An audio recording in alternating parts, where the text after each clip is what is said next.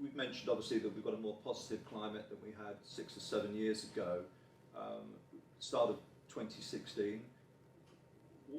How do you see the investment market in comparison with 3 or 4 years ago? I mean, clearly, regionally, we'll be very aware of what's happened in London and South East and places like Bristol, very strong markets for residential property and commercial property as well. We've seen some very big infrastructure projects, the Crossrail coming in, having a very positive effect in terms of transport infrastructure and that impacting on house values. What do you see in terms of perhaps the regional markets? We're up here in Manchester, which is obviously undergoing a renaissance in terms of its economy and a very positive market. We're not a million miles away from the airport here and 11,000 jobs being created at a business park, etc. in the years to come. So a lot of money coming into the Manchester economy. How are you seeing that reflected in terms of appetite to borrow from buy-to-let landlords and from property professionals in terms of refurbishing? It's certainly there. You know, we're all aware now of the northern powerhouse that we're now becoming. It's always been an interesting topic of conversation, looking at the old north-south divide, and London in itself is its own market with the positives that surround that.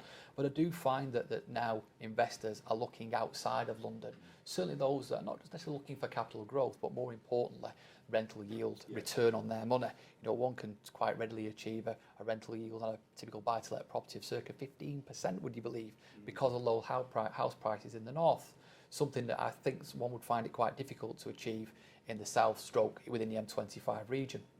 It's also looking, if I may, just to broach on to, the diversity of how people are buying, the growth of the HMO market as well. Again, reflecting on achieving that higher yield, rental yield on a property, higher return for the money.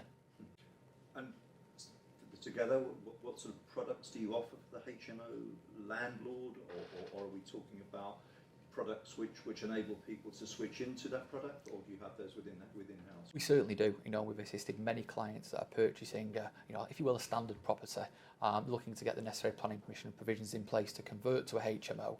And of course, once that's done, then they can take it to, if you will, the high street lender, to the bank to remortgage. So the fact that one is looking to either purchase a HMO, even unlicensed initially, they make sure they've got the correct licenses in place, and then they can take it, as I say, back to market or to the buy-to-let lender.